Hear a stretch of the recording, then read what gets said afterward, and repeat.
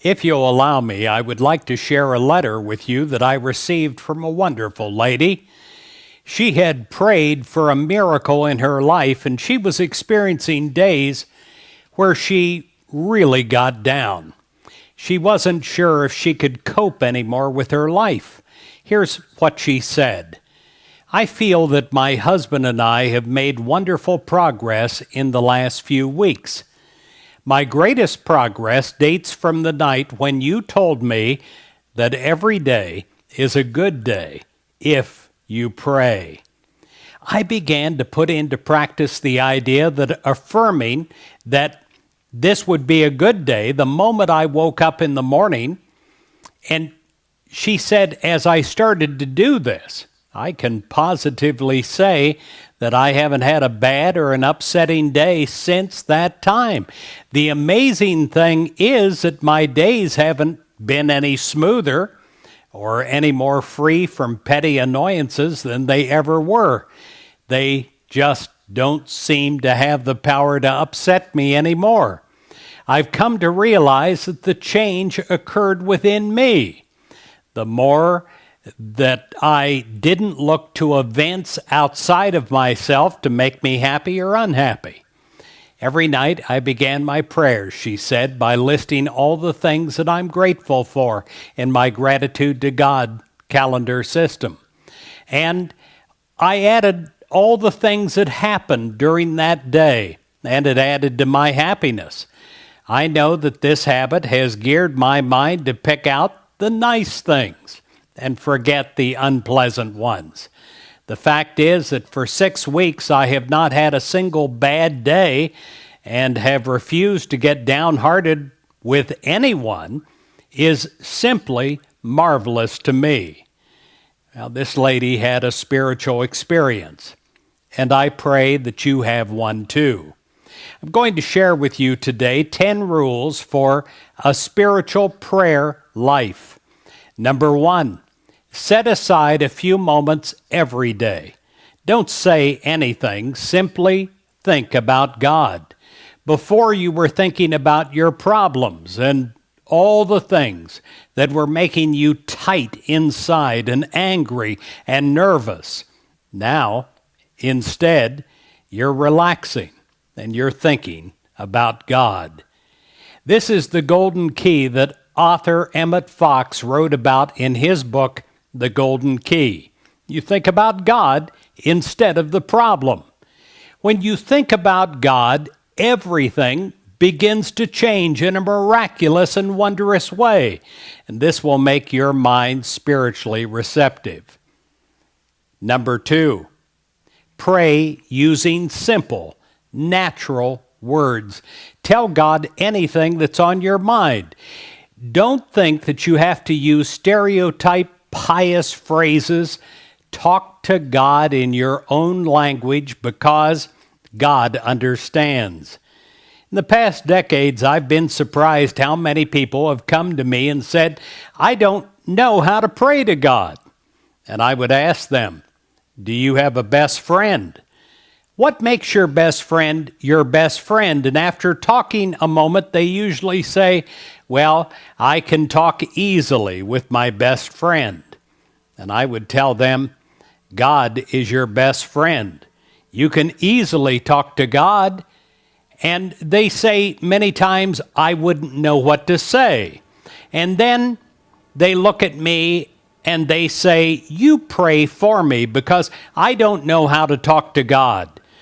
And I would say, just talk. Take a walk with God out in the woods. Take a drive with God in your car. Work with God at your desk and simply talk to God as you would a best friend. You say something like, Dear God, you're my best friend in the world, and I'm feeling a little nervous right now, and I have a headache. Will you please heal me? The words don't matter. God understands. And you know that. And when you feel that inside, you have real, fresh prayer in your life. It's not stale anymore. God understands. Number 3, pray as you go about the business of your day.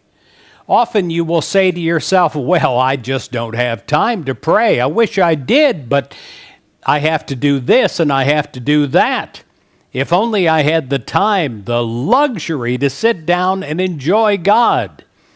Well, you have 1 minute of time, don't you? See, prayer is the language of spirit. It bypasses time and space. 1 minute with God is tremendously healing. You can take 1 minute breaks many times during your day.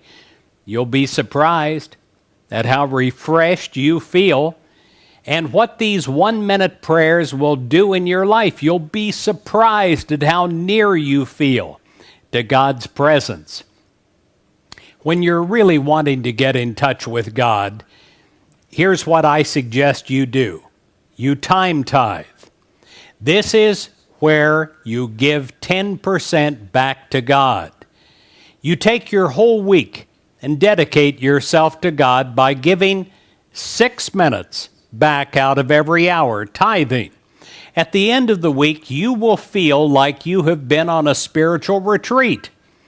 You've still dealt with everything that happened during the week, but you have dealt with it much better. In Acts 6:4, it says, while we, for our part, will devote ourselves to prayer and serving the Word. You're a partner with God. But what is your part in the partnership? It is to take time and to consent. You have the inspiration of God come to you and through you. It is to devote yourself to the Word that comes to you. Your whole day is going to receive a refreshing spiritual breeze when you do this. Number 4, do not always ask when you pray, but instead positively affirm that God's blessings are now being given and spend most of the time giving thanks. Know that you're right now being showered with God's blessings where you are.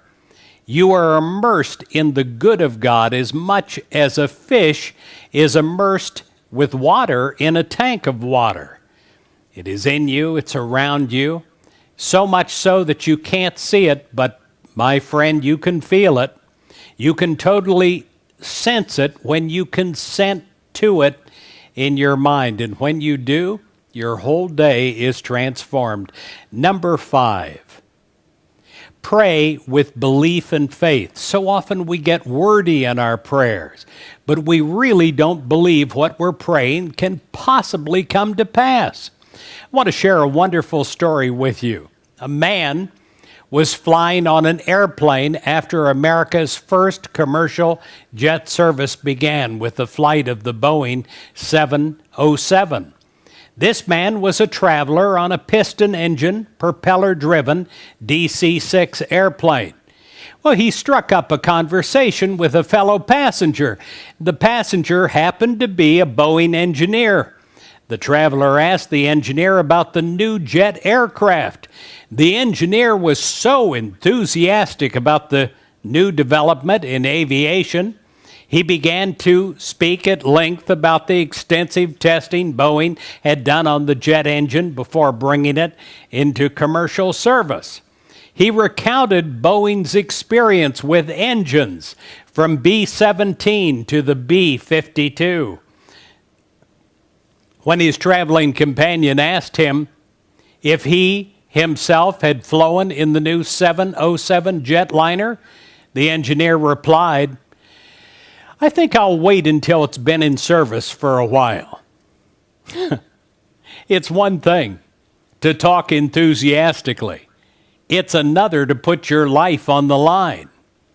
When I pray, I put my life on the line, and I ask you to also.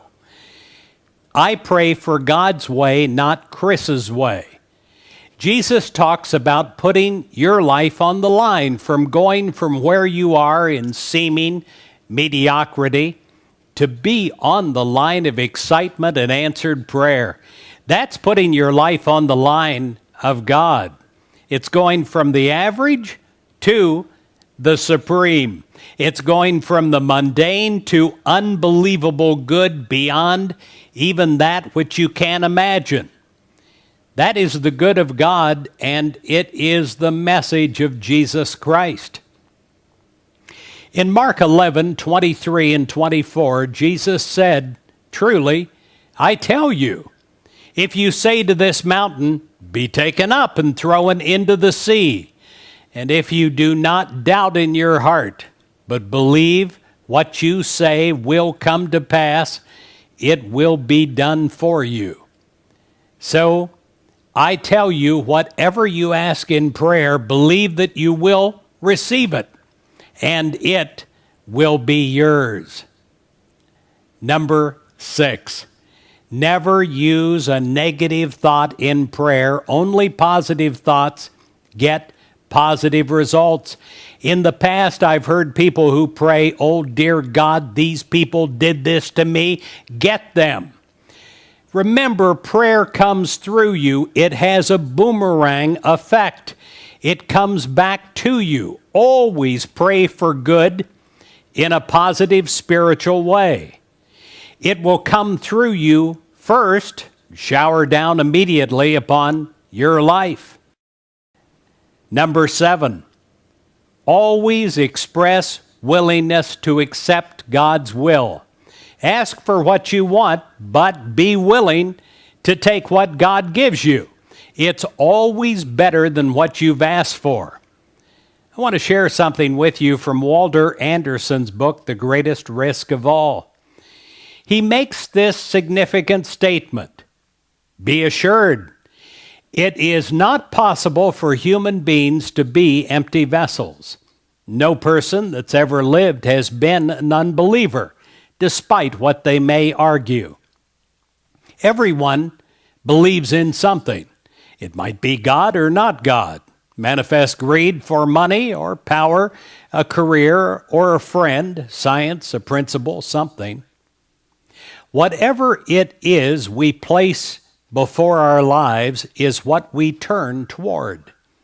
Well, today, my friend, I'm asking you to believe in God and turn towards God. That is the meaning of the word repent. It means to turn around from the way we're going or thinking in the moment and to rise up higher, to think higher, God-inspired thoughts.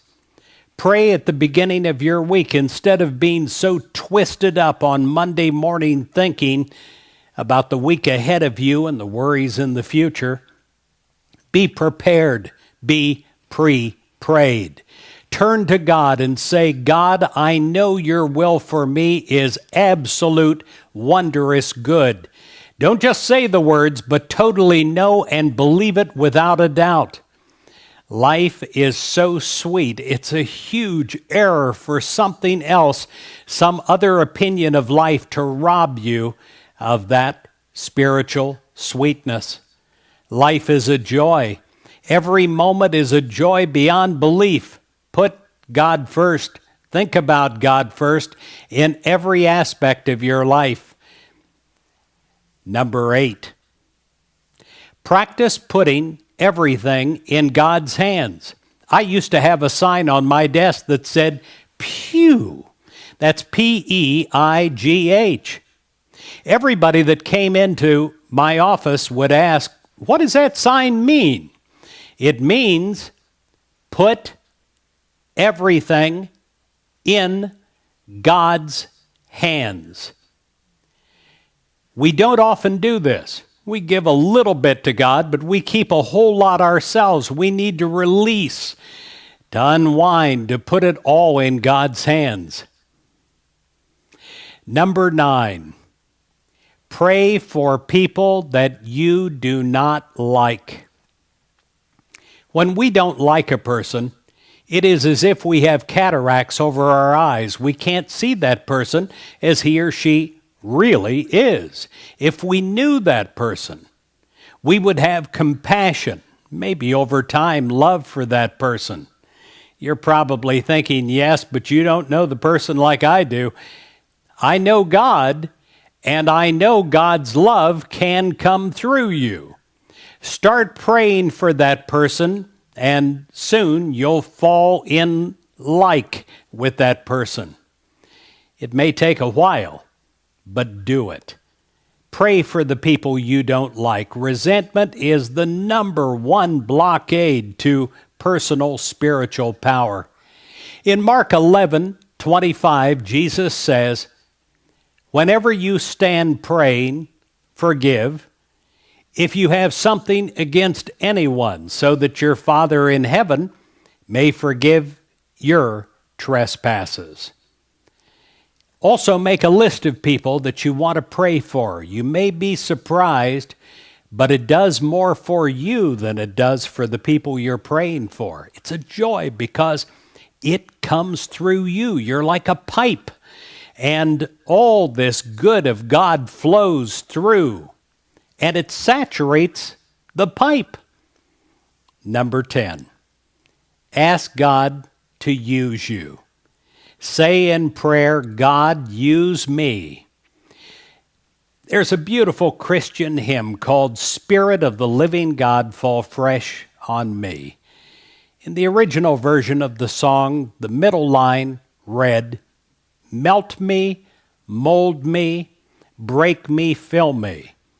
And then someone with spiritual insight saw that there was something lacking in the chorus and changed the line to this: "Melt me, mold me, fill me, use me."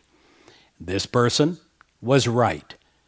The filling is not an end of itself, but a means of action.